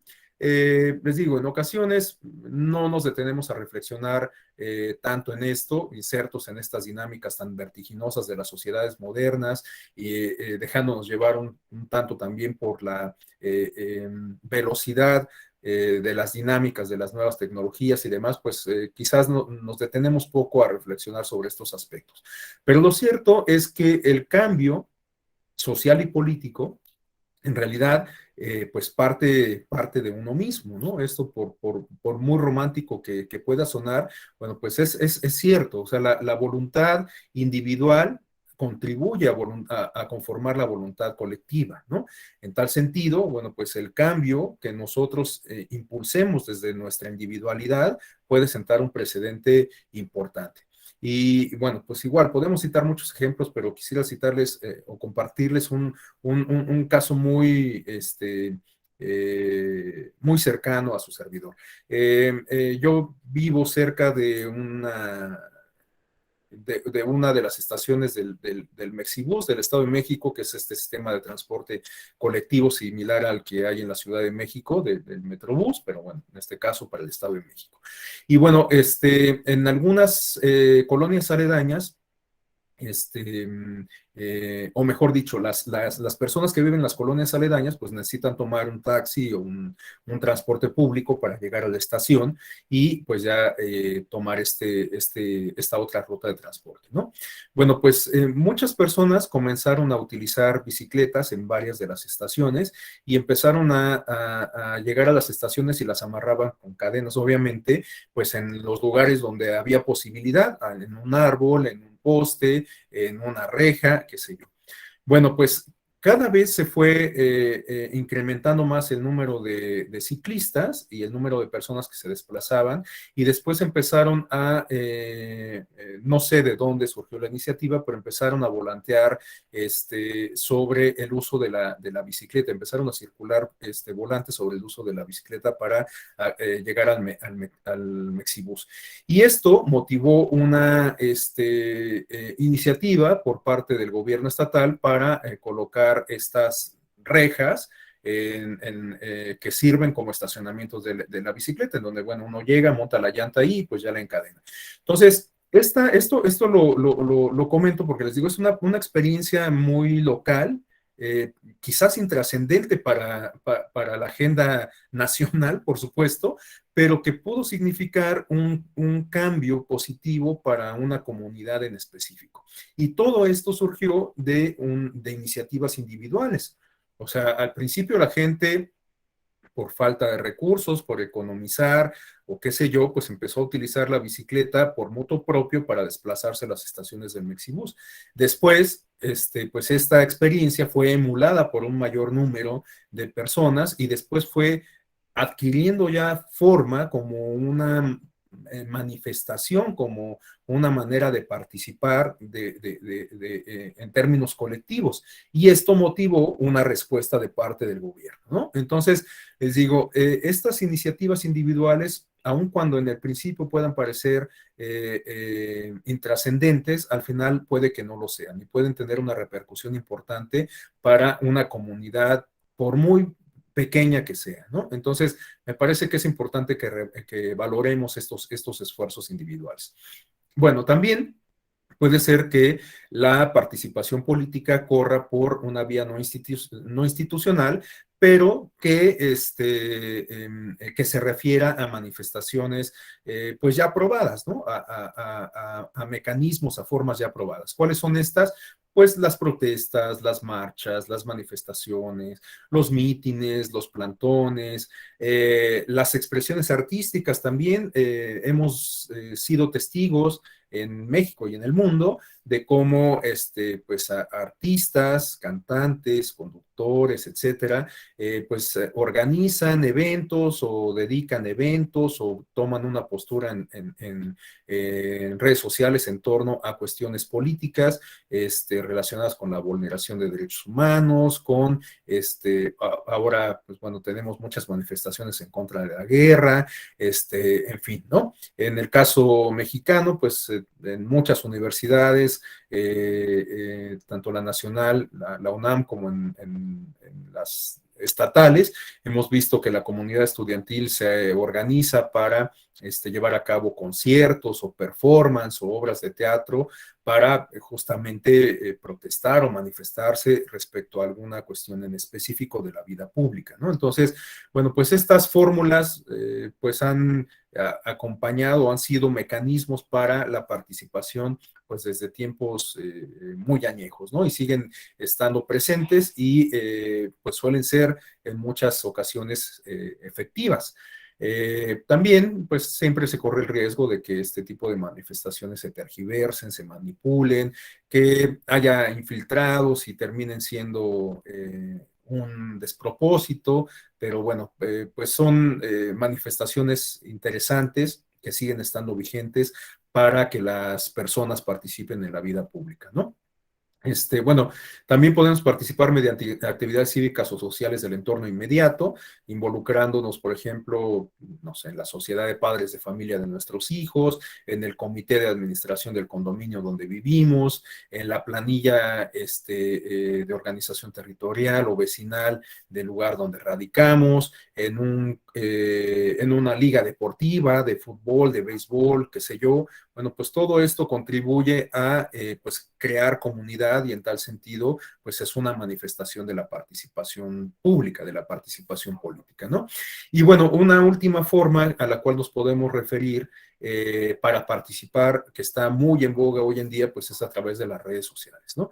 Las redes sociales son mecanismos que potencian derechos como la libertad de expresión, que sirven como herramientas de escrutinio del poder. ¿Cuántas veces hemos visto que se viralizan denuncias ciudadanas, literal, que quedan registradas en un teléfono celular respecto a un actuar reprochable de un funcionario público, de una funcionaria pública? Bueno, pues hoy en día estas nuevas herramientas nos ayudan justamente a convertirnos en sensores, en escrutadores del poder y también pues a tener una plataforma para, o una base para alentar también la movilización física, ¿no?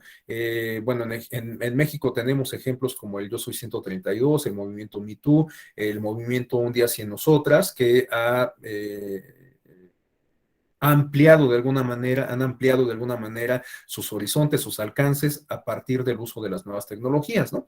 Pero, bueno, pues las redes sociales en particular tienen un potencial enorme que incluso pueden derivar en un cambio político importante, significativo. Y el ejemplo lo tenemos ahí en los eventos de la primavera árabe, ¿no? En los movimientos políticos de Túnez, Egipto y demás, de 2011, 2012, que lograron a través de las redes sociales movilizar a la población, y esto tuvo como consecuencia el derrocamiento de un líder político que se había afianzado en el poder, Hosni Mubarak, durante casi 30 años. Entonces vemos en estos ejemplos el potencial que tienen las redes sociales como mecanismos que pueden servir a alentar y a canalizar la participación política, ¿no?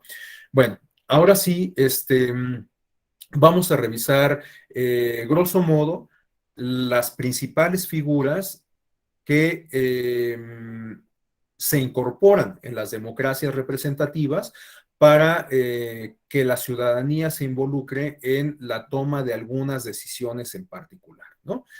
Bueno, estos mecanismos de democracia participativa reciben el nombre de mecanismos de democracia directa o de democracia semidirecta, porque pues justamente la ciudadanía participa y no es que en automático esa participación conduzca a tomar una decisión en particular, ¿no? Pero, pues naturalmente puede incidir en ello. Esta incidencia, pues depende, digamos, de las características del diseño institucional, jurídico, constitucional que se le dé a cada figura en particular. Por ejemplo, me estoy adelantando un poquito, pero pensemos en el caso de la consulta popular. Bueno, para llevar a cabo una consulta popular se tiene que cumplir con determinado número de firmas que permitan advertir que hay un interés público respecto al tema que se va a llevar a consulta. Y bueno, pues suponiendo que se lleve a cabo la consulta, que se cumplan con todos los requisitos, el solo hecho de que se lleve a cabo la consulta no quiere decir que la autoridad competente va a tener que tomar una decisión respecto al resultado de la consulta. Reitero, en atención al diseño institucional, jurídico y constitucional, es que se va a actuar en consecuencia. Por ejemplo, para el caso mexicano, una autoridad compelida por la consulta llevada a cabo en términos de la ley de consulta popular, solamente va a actuar en caso de que se cuente con el 40% de participación en la consulta. Es decir, si el 40% de las personas que integran la lista nominal participan en la consulta, solamente en ese entendido el resultado va a ser vinculante, ¿no? Entonces, les digo, esto depende es decir, la vinculación entre la participación y la toma de decisión depende del diseño institucional, del diseño jurídico, del diseño constitucional, ¿no? Pero, de cualquier forma, pues puede ser o no puede ser, sino que es muy importante, es crucial la participación de la ciudadanía en estos mecanismos, porque incluso, imagínense lo que significaría que la autoridad compelida por el resultado de la consulta no tome en consideración el resultado del ejercicio. Bueno, pues estaríamos ante prácticamente un desacato y ante una decisión arbitraria, más bien de tipo autoritaria y no propiamente democrática, ¿no? En fin, entonces, por eso es que reciben esta denominación de mecanismos de democracia directa o semidirecta. Bueno, muchas de estas figuras guardan similitud con los ejercicios electorales en atención a que se definen mediante el voto, mediante la regla de la mayoría, ¿no? Pensemos otra vez en el caso de la consulta popular, bueno, pues se nos va a someter a consideración un asunto en específico, una política pública, una determinación gubernamental, y se nos pide que votemos respecto o que nos manifestemos respecto a si estamos en favor de esa política o en contra, ¿no? Bueno, pues al final, evidentemente, a partir de esta posibilidad binaria de estar a favor o en contra, pues vamos a ver cuál es la opción que obtiene el mayor número de votos, ¿no? Y pues la autoridad tendría que tomar en consideración el resultado de la consulta para actuar en consecuencia. Evidentemente, si la mayoría está en contra de esa decisión, de esa propuesta, de esa política pública, pues si el gobierno de cualquier forma la aplica, pues estaría, como les digo, cayendo en un acto de desacato y además cometiendo una arbitrariedad antidemocrática, ¿no? Porque estaría yendo en contra de la voluntad popular. Entonces, bueno, muchos de estos mecanismos se definen mediante el ejercicio del voto y en particular por la regla o por el principio de la mayoría, ¿no? Pero hay otros mecanismos de participación que no guardan similitud, digamos, con los aspectos comiciales o electorales, sino que son más de tipo deliberativo, y la participación se da en términos distintos. Por ejemplo, pensemos en el caso del Parlamento abierto, en un momento más lo vamos a referir, pero en el caso del Parlamento abierto, en realidad no se nos está tomando en consideración respecto a una decisión puntual específica, no se nos está preguntando que nos manifestemos por el sí o por el no respecto a una cuestión muy puntual, sino que en los ejercicios de Parlamento abierto se nos da la posibilidad de que participemos en los ejercicios deliberativos de discusión parlamentaria, ¿no? Entonces, si se va a discutir una reforma, ahorita acabamos de concluir un ejercicio de presupuesto participativo en México en torno a la reforma eléctrica. Bueno, si se va a llevar a cabo un paquete de reformas constitucionales y legales en torno a este tema, bueno, pues es importante, es conveniente que se escuche la voz de la ciudadanía, de los expertos en la materia, de los académicos, etcétera, ¿no? Entonces, bueno, finalmente la decisión va a terminar siendo adoptada por el órgano encargado de ello, el órgano legislativo, son quienes discuten, aprueban y emiten las leyes, ¿no? Pero el diseño jurídico constitucional puede verse influido, enriquecido por la participación que tenga la ciudadanía, los expertos, los académicos, las académicas en estos foros de discusión, ¿no? Entonces, bueno, pues ahí no estamos hablando, como les digo, de un ejercicio que guarde similitud con los comicios, no vamos a participar votando, sino más bien participando en la discusión parlamentaria de un asunto en particular. ¿no? Entonces, bueno, pues tenemos, digamos, estas dos características que definen a los mecanismos de participación ciudadana directa o semidirecta, los de tipo comicial o electoral y los de tipo deliberativo, ¿no? Bueno, en esta lámina tenemos las principales figuras de estos mecanismos de participación ciudadana directa o semidirecta.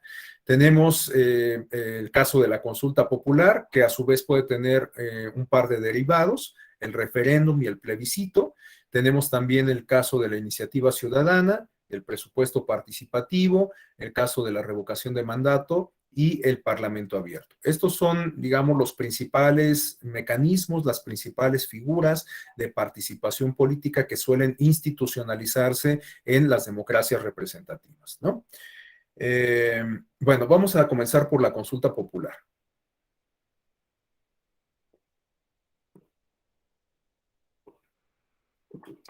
Bueno, la consulta popular, como nos lo refiere el primer apunte, permite a los ciudadanos, a las ciudadanas, incidir en el debate y las decisiones que adoptan los órganos representativos del Estado. Aborda temas concretos de política pública. Puede tener un carácter vinculante o solo consultivo, es decir, esto depende del diseño que se le dé en cada contexto político, en cada nación o en cada localidad, ¿no? En algunos casos puede ser que la consulta solamente sea como un pulsómetro, ¿no? Como un barómetro para saber la opinión de la ciudadanía, pero esto no quiere decir que el resultado de la consulta va a condicionar la decisión de la autoridad encargada de aplicar la política, la propuesta o lo que se esté poniendo en consideración a través de la consulta, ¿no?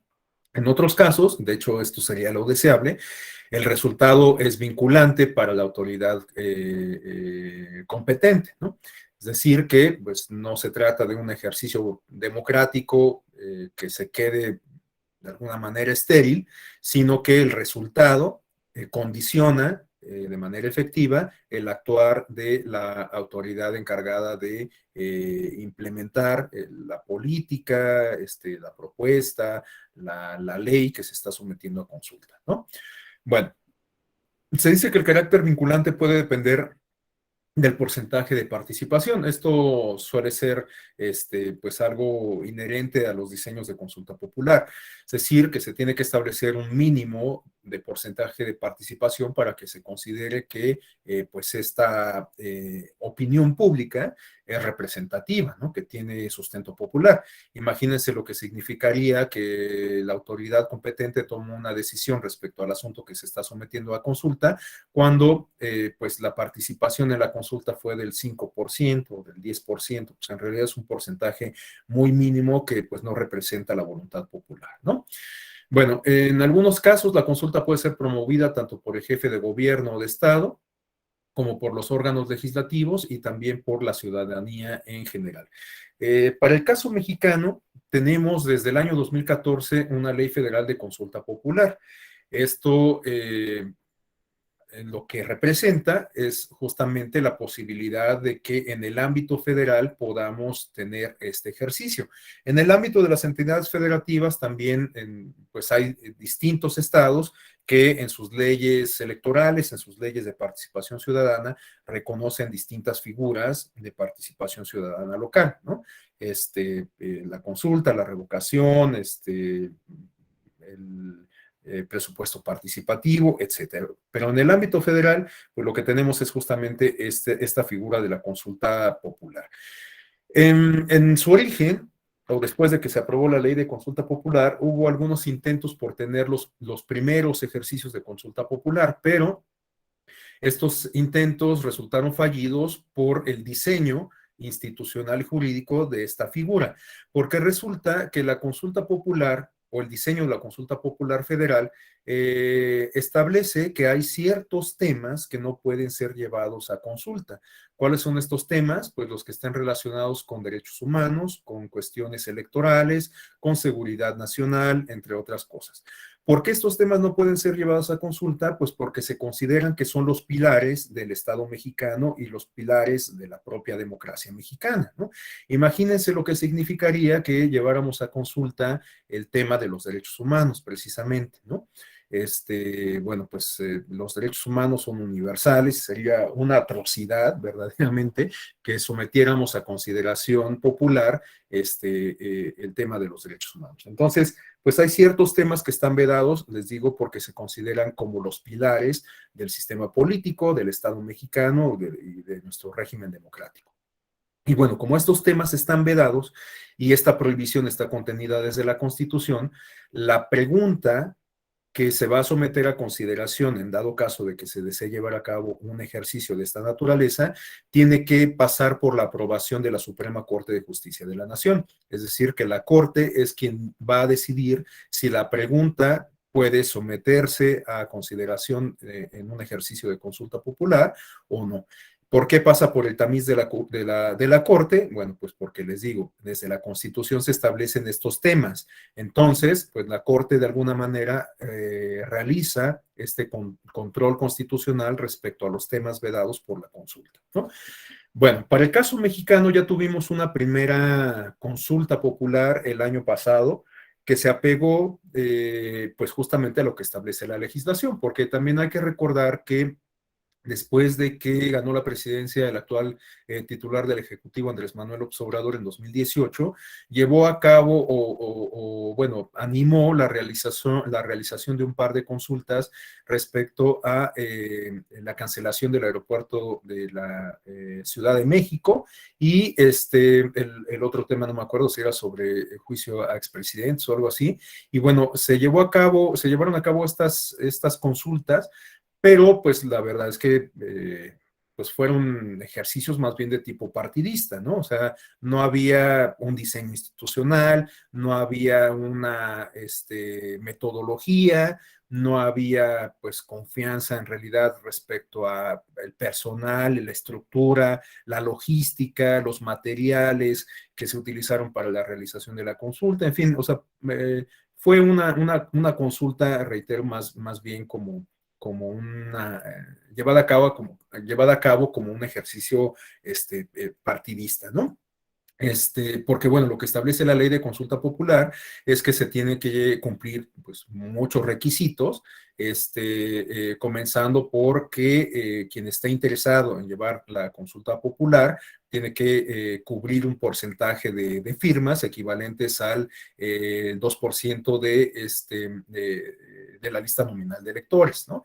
Entonces, bueno, ya sea el Congreso, la Cámara de Diputados o la de Senadores, o bien la ciudadanía en general tiene que cumplir con este requisito del porcentaje de firmas equivalente a este porcentaje de la lista nominal. ¿Esto por qué se solicita? Pues porque se tiene que partir de la base que hay interés, ¿no? Que hay interés público respecto al tema que se va a buscar promover en una consulta, ¿no? Si no se cumple con este requisito, pues imagínense lo que significaría que participemos 90 millones de personas que integramos el padrón electoral en una consulta que fue promovida por 100 personas. Pues la verdad es que no hay una correlación, ¿no? Entonces, bueno, se tiene que cumplir con este requisito. La consulta corre a cargo del Instituto Nacional Electoral. ¿Por qué a cargo de la autoridad electoral? Bueno, pues porque se sistematiza justamente la experiencia y se aprovecha la infraestructura. El INE pues, es el órgano encargado, especializado en la organización de elecciones, quien emite la papelería electoral, los demás materiales para la realización de una consulta, bueno, de una elección, quien capacita a los funcionarios de casilla en una elección. Toda esta experiencia, todas estas variables, pues bueno, fueron recogidas en la ley de consulta popular para que pues el INE aprovechara este cúmulo de experiencia y pues con ello llevar a cabo la consulta cuando se solicitase, ¿no? Entonces, bueno, tuvimos algunos intentos fallidos después del 2015, fueron intentos que promovieron algunos partidos políticos, el Partido Acción Nacional, Revolucionario Institucional, el de la Revolución Democrática, pero no lograron concretarse porque tenían que ver con cuestiones electorales, dado que una propuesta buscaba reducir el número de diputaciones de representación proporcional. Otra propuesta buscaba discutir el tema de los salarios mínimos, y bueno, uno de los temas que están vedados también es el de los ingresos y egresos de la federación, y por lo tanto, bueno, no prosperaron. Y después de estos intentos fallidos, después de estas experiencias pues anecdóticas llevados a cabo por Morena a convocatoria del presidente de la República, tuvimos por primera ocasión una consulta popular el año pasado que se condujo ya por los canales que establece la ley en la materia. En realidad fue una experiencia bastante deslucida, todos lo recordaremos, tuvo una participación pues bastante pobre, y, y este... Y bueno, pues se aprovechó de alguna manera la inercia de las elecciones del año pasado. De hecho, eso ha sido enfáticamente señalado por las autoridades electorales. El consejero presidente del INE ha comentado que, por ejemplo, para el caso del ejercicio de revocación de mandato que se va a llevar a cabo este año, pues no se contaba con esa condición de inercia del año pasado, porque el año pasado, pues bueno, ya había mucha gente que había fungido como funcionario de casilla, se contaba con el material electoral que se utilizó en la elección, entre otras cuestiones, y bueno, eso permitió pues llevar a cabo algunas economías, ¿no? El caso es que esa primera consulta popular pues resultó un tanto deslucida, tuvo muy poca participación, y además lo particular, bueno, a mí me parece positivo que se haya llevado a cabo la consulta, pero en honor a la verdad, y esto lo digo en términos absolutamente personales, me parece que pues fue un despropósito el haber llevado a cabo esa consulta, porque en realidad lo que se preguntaba era pues planteado en términos muy sintéticos, si se estaba de acuerdo o no en que se llevara a juicio a los expresidentes, ¿no? A los expresidentes de la República. En lo particular, pues a mí no me convence mucho propósito de esa consulta. Me parece que no tendríamos por qué someter a consideración la aplicación de la justicia, someter a consideración de la ciudadanía a la aplicación de la justicia, porque se entiende, como lo comentábamos hace rato, que una condición inherente de la democracia es la vigencia del Estado de Derecho. Entonces, pues no tendríamos por qué consultar si la gente está de acuerdo con que se lleve a juicio a alguien, ¿no? Si hay elementos suficientes como para hacerlo, pues en realidad se tendría que hacer. En fin, esta es una opinión absolutamente personal. Yo lo que destaco, les digo, es que por primera ocasión hayamos tenido esta experiencia, pero bueno, pues resultó muy deslucida, y en lo particular, pues les digo, a mí me parece que no era el propósito más adecuado, ¿no? El más acertado. Esto lo digo, reitero, en términos absolutamente personales. Bueno, les decía que hay otras dos manifestaciones de la consulta popular. Se refieren al plebiscito y al referéndum. Bueno, tenemos aquí algunos apuntes sobre el plebiscito. En México no existe el plebiscito, por lo menos no a nivel nacional. Quizás en el ámbito de las entidades federativas, ahorita de bote pronto no recuerdo si alguna entidad en alguna ley de participación ciudadana o electoral reconozca esta figura, pero por lo menos en el ámbito federal no existe. En el caso de América Latina hay muchos países que a nivel federal reconocen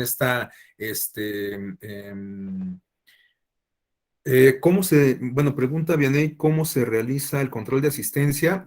Bueno, el control de asistencia lo realiza el personal de tecnologías educativas, el personal de tecnologías educativas y el personal que me apoya con la grabación o que nos apoya en la grabación de cada sesión. Para esto, pues ustedes saben que se circuló un reglamento previo en donde se les pide que pues estén puntualmente por lo menos entre los primeros 15 minutos de que inicie la clase, porque son los que se toman en consideración justamente para el registro de la asistencia. Ustedes no tienen que pasar lista ni mencionar presente en la caja de comentarios ni nada. La sesión está siendo videograbada, y además el personal responsable, como les digo, pues identifica quiénes son quienes están presentes en la sesión. Entonces, con eso se toma la asistencia, por eso no se preocupen, más bien preocúpense por sí cumplir con el porcentaje que se requiere para lograr la acreditación, ¿no? Bueno, continuamos entonces con respecto al plebiscito, les decía que hay muchas naciones latinoamericanas que sí lo adoptan. El plebiscito deriva de la raíz latina plebe, como se señala en la lámina, que significa pueblo, y es una consulta que los poderes públicos someten al voto popular directo para aprobar o rechazar una propuesta determinada. Suele ser convocada por el jefe de gobierno o de Estado, puede contener más de una pregunta. Bueno, pues en realidad se trata de una consulta propiamente, ¿no? Pero puede tener algunas particularidades, como gracias por el dato, Manuel, nos dice que en la Constitución de la Ciudad de México sí está contemplado el plebiscito. Gracias. Y bueno, puede ser que en el caso del plebiscito no solamente se plantee una sola pregunta, sino que se planteen una serie de preguntas, ¿no? Entonces, bueno, pues hay posibilidades de hacer una participación o de manifestar opiniones de una manera más completa, ¿no? Porque no se limita el ejercicio a decir sí o no, estoy en favor o en contra respecto a una sola cuestión, sino que puede ser que haya más preguntas relacionadas con una misma cuestión que nos permitan pues manifestarnos al respecto, ¿no? Si bien en la mayoría de los casos este tipo de ejercicios se refieren a respuestas cerradas, puede haber ejercicios en donde se planteen preguntas abiertas, pero esto pues naturalmente dificulta el vaciado de la información, ¿no? En los casos en donde se permiten las preguntas abiertas, pues más bien estamos hablando de comunidades tanto más pequeñas, quizás en el ámbito de los municipios o qué sé yo, en donde es posible llevar a cabo este ejercicio de sistematización de la información, ¿no? Este análisis cualitativo. Pero naturalmente cuando tenemos preguntas cerradas, pues es más fácil hacer el vaciado de datos porque pues el análisis es más bien de tipo cuantitativo, ¿no? Y esto pues representa muchas ventajas para la autoridad electoral o la autoridad encargada del ejercicio, porque bueno, recordemos que para el caso de México y de muchos países de América Latina, tenemos autoridades especializadas en materia electoral. Este es un aporte a los sistemas políticos internacionales, en donde contamos con autoridades o que se refieren a autoridades especializadas, autónomas que no dependen del aparato gubernamental. Pero hay países como los europeos en donde la función electoral corre a cargo de las autoridades gubernamentales, en particular de los ministerios del interior, ¿no? Es decir, es como en México, hasta antes de la reforma del 93, pues quien se encargaba de la función electoral era la Comisión Federal Electoral, que era una dependencia de la Secretaría de Gobernación. Bueno, pues algo similar ocurre en países europeos, pero en la actualidad, después de la última ola democratizadora a la cual se sumaron varios países de América Latina, incluidos México, en los años 90, bueno, pues producto de todo eso, tenemos instituciones especializadas en materia electoral. Bueno, también tenemos la figura del referéndum. El referéndum pues, es otra manifestación de la consulta, ¿no? Es un procedimiento mediante el cual los ciudadanos votan sobre un asunto específico relacionado con la adopción de una política pública, ley o reforma constitucional. El referéndum puede ser obligatorio para que una ley o reforma sea aprobada o puede ser convocado por las autoridades para reforzar la legitimidad de ciertas decisiones. Bueno, el referéndum es una figura que suele ocuparse mucho en América Latina, como lo comento, y en particular suele aplicarse cuando se promueve alguna reforma constitucional. En el caso mexicano sabemos que las reformas constitucionales pues transitan, suelen gestarse con no muchas dificultades, ¿no? Sabemos que hay ciertas condiciones que se establecen para poder avanzar con, gracias Manuel, nos dice que también en el caso de la Ciudad de México tenemos referéndum. Bueno, en el caso mexicano las reformas constitucionales pues requieren, por ejemplo, de una mayoría calificada en ambas cámaras, requieren de la aprobación de creo que son 18, si no me equivoco, ¿no? 16 o 18 congresos locales para que puedan finalmente aprobarse, etcétera, ¿no? Pero de alguna manera, como que es relativamente más fácil impulsar una reforma constitucional en comparación con América Latina. De hecho, bueno, pues hay muchas constituciones de distintas naciones que no suelen ser sujetas a modificaciones constantes, ¿no? Hay constituciones que prácticamente están en los mismos términos desde que fueron promulgadas.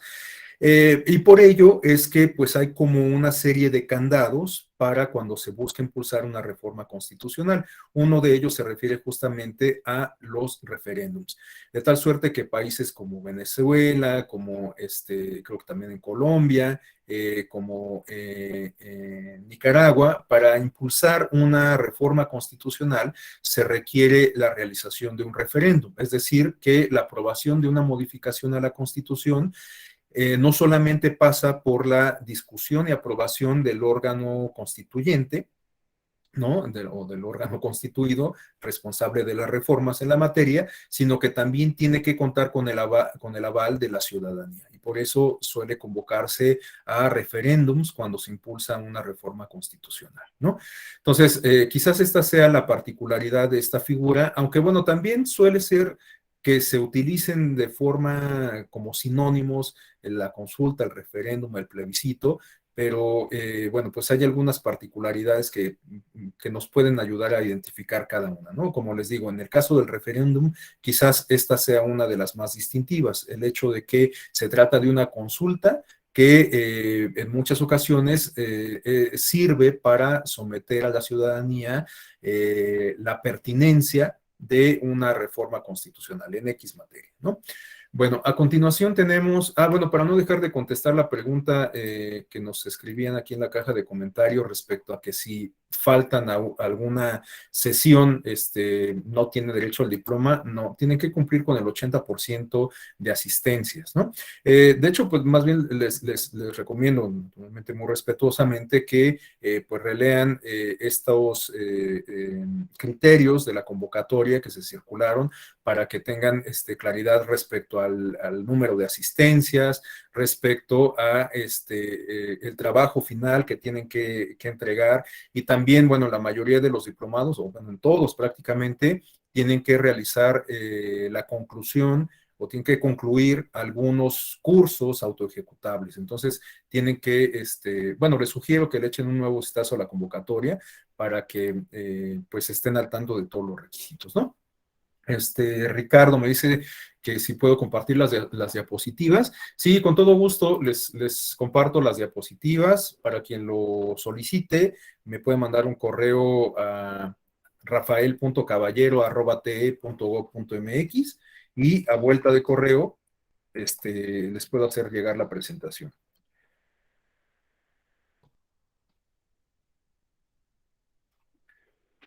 Esto ya lo apunté en la caja de comentarios. Bueno, tenemos la iniciativa ciudadana, que es otra figura para institucionalizada para participar en la vida pública. La iniciativa ciudadana nos da la posibilidad de tomar parte de los procesos legislativos, aun cuando la decisión sigue recayendo en los órganos legislativos o en las personas que los integran, ¿no? Esta figura pues a diferencia de las que acabamos de revisar, como pueden ver, no implica la convocatoria a urnas y no se define, por lo tanto, por la regla de la mayoría, sino es más bien de tipo deliberativo. Para el caso mexicano, contamos en el ámbito federal con la figura de la iniciativa ciudadana. Esto se dio como consecuencia de las reformas que primero se hicieron al artículo 35 y 36 en el año 2012 y después con las reformas que se hicieron tanto a la Constitución como en las leyes secundarias en materia político-electoral del año 2014. Bueno, esta iniciativa o esta figura se refiere, como les digo, a la posibilidad de participar en las discusiones parlamentarias para promover una ley o para promover una reforma a una ley.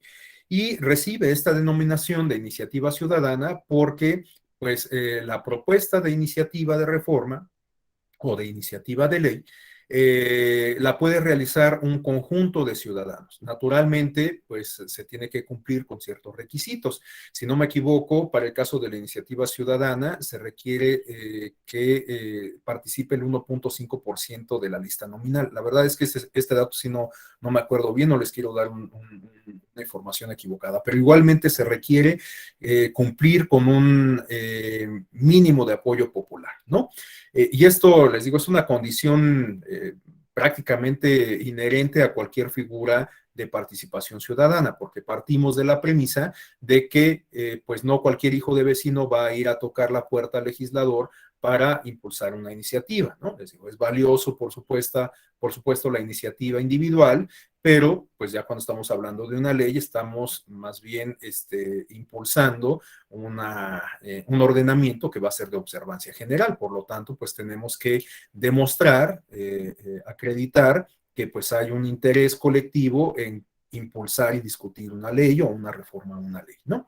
Bueno, en este caso, en México, les digo, se tiene que cumplir con este requisito de un apoyo mínimo de firmas y después, bueno, pues se llevaron a cabo algunas reformas a la ley orgánica del Congreso para adecuar justamente esta figura y después de que se cumple con este requisito de las firmas, bueno, pues se desahogan algunas actividades de discusión parlamentaria, las modificaciones a la ley orgánica hablan de que se puede permitir que un representante del colectivo que está promoviendo la iniciativa participe en las discusiones parlamentarias, aunque naturalmente pues no puede votar, no es un representante popular, no tiene injerencia, puede exponer los puntos, puede ampliar la iniciativa,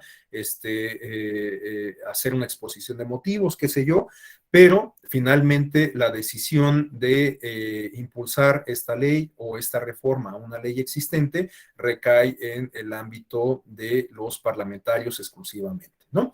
Eh, por supuesto, si la iniciativa es sustentada, si cuenta con un apoyo popular, si cuenta con una metodología, etcétera, pues bueno, lo más esperable, lo deseable, es que encuentre eco en el órgano legislativo. Pero pues tampoco es que haya una causa-consecuencia directa, es decir, no por el hecho de que yo y un conjunto de colectivos, de organizaciones de la sociedad civil promovamos una iniciativa de ley y cumplamos con los requisitos que establece la misma para ello, bueno, eso no en automático nos garantiza que esa ley va a caminar, ¿no?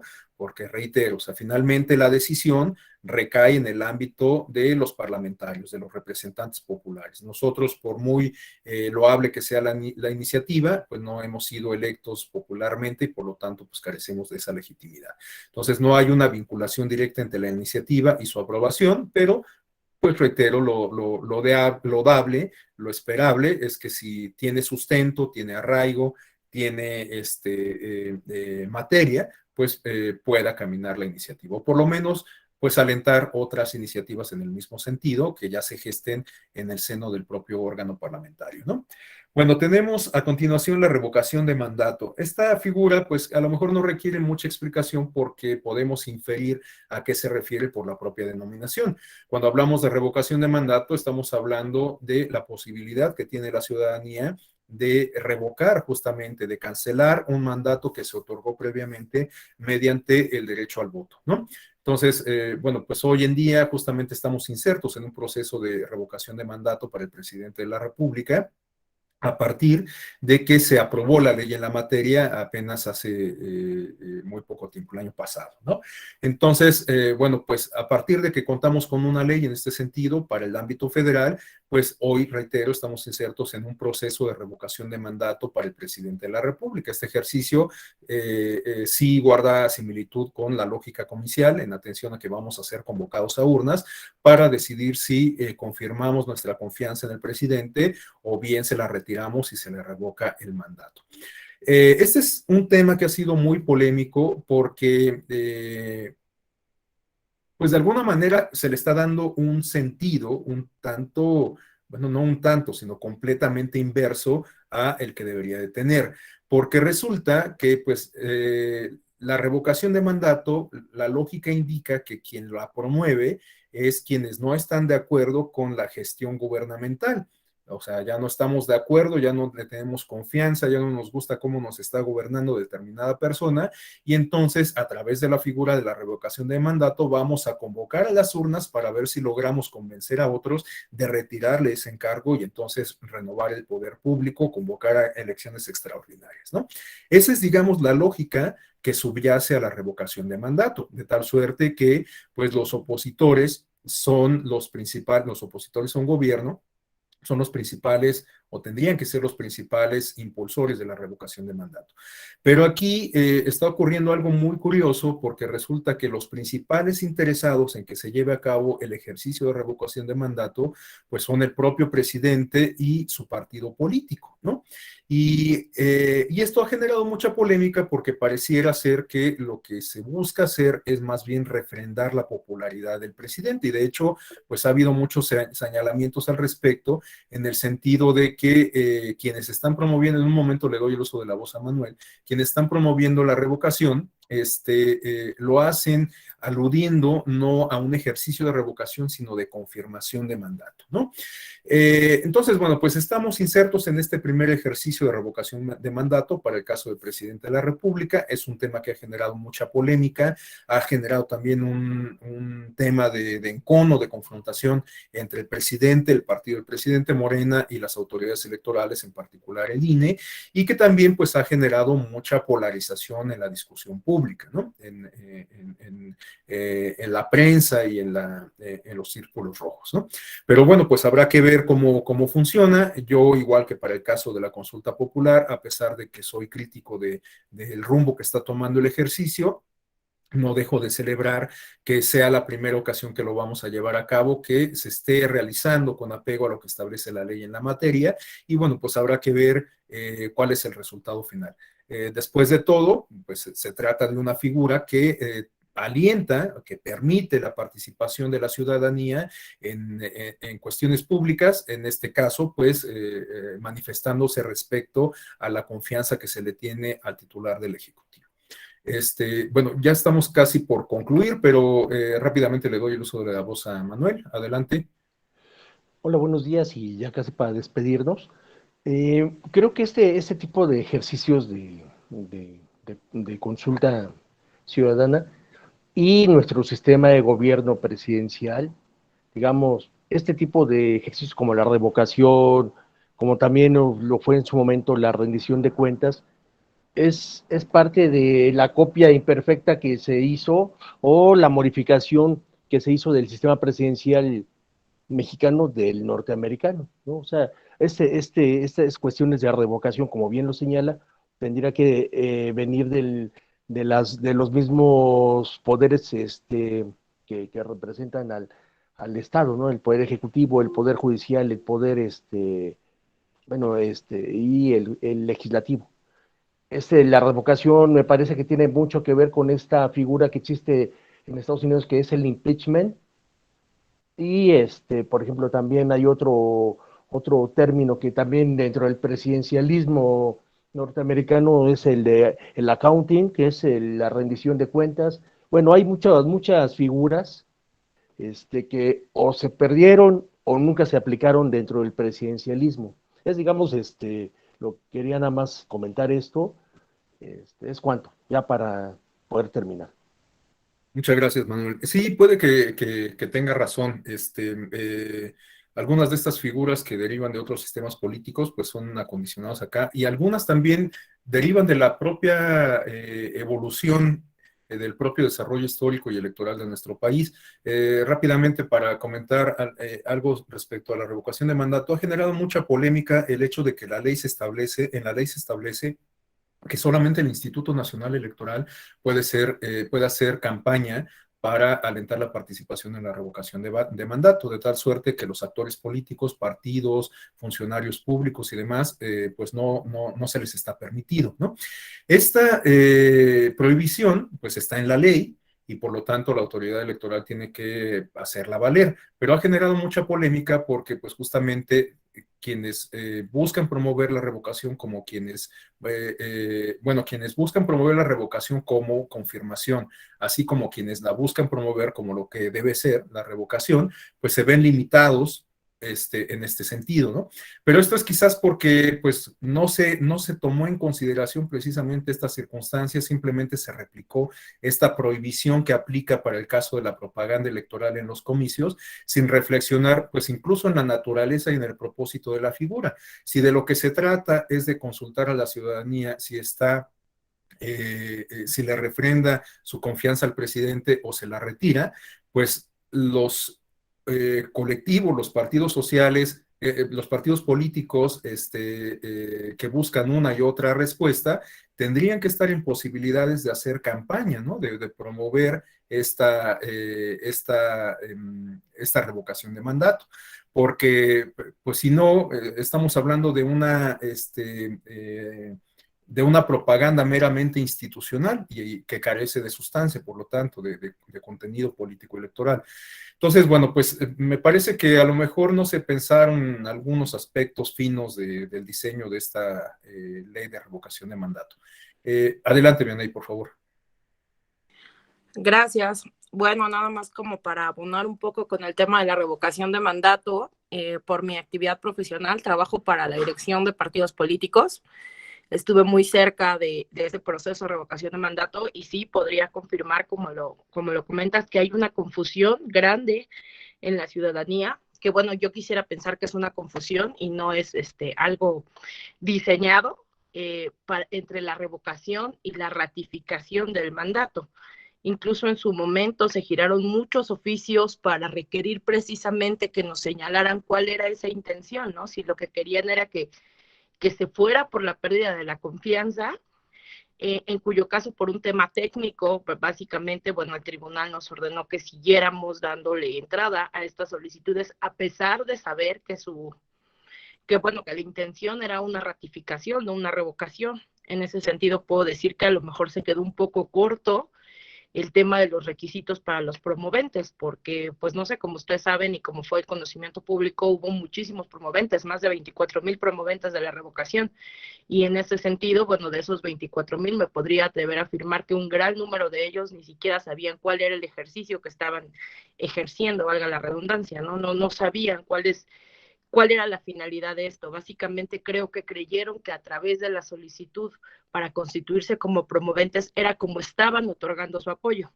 desconociendo completamente que tenían que recaudar firmas y demás, ¿no? Porque finalmente el ejercicio de recaudar las firmas y demás recayó en una o dos asociaciones civiles. El resto de los ciudadanos, pues en realidad creo que llegaron hasta la parte de constituirse como promoventes y no hicieron más. Entonces, bueno, ahí quedaría para reflexionar si estos requisitos que se establecieron, si esta propuesta en la ley realmente va a resultar efectiva, si se mantiene igual, ¿no? Gracias, Beni.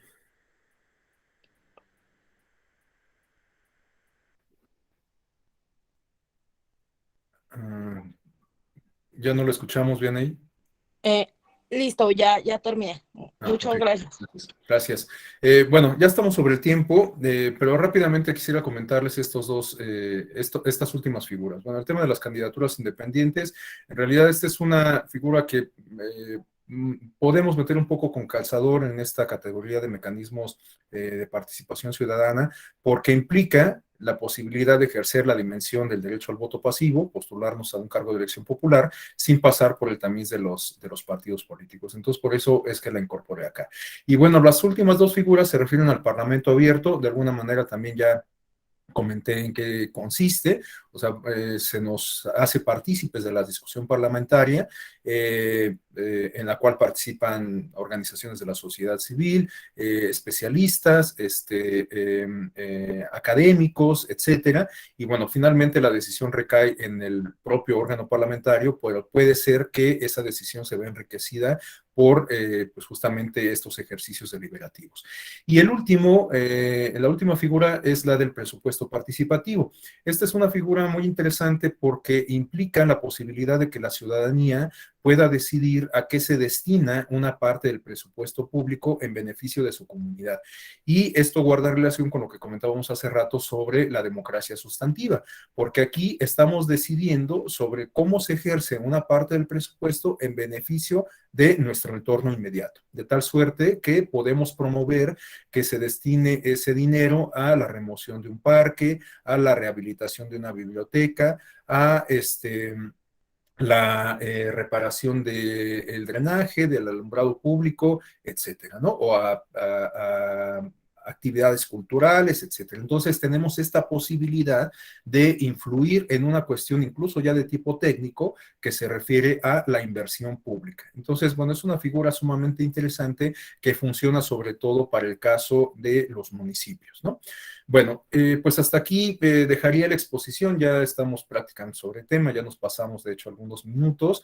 La verdad es que ahorita no recuerdo si tendré oportunidad de volver a encontrarme con ustedes como parte de este diplomado, pero bueno, si es así, pues ya nos volveremos a ver, y si no, seguramente pues nos volveremos a encontrar en alguna otra sesión de estos diplomados que imparte la Escuela Judicial Electoral. Bueno, pues les agradezco muchísimo el favor de su atención. Bueno, también no sé si ahorita de cierre alguien desea hacer algún comentario final, algún apunte.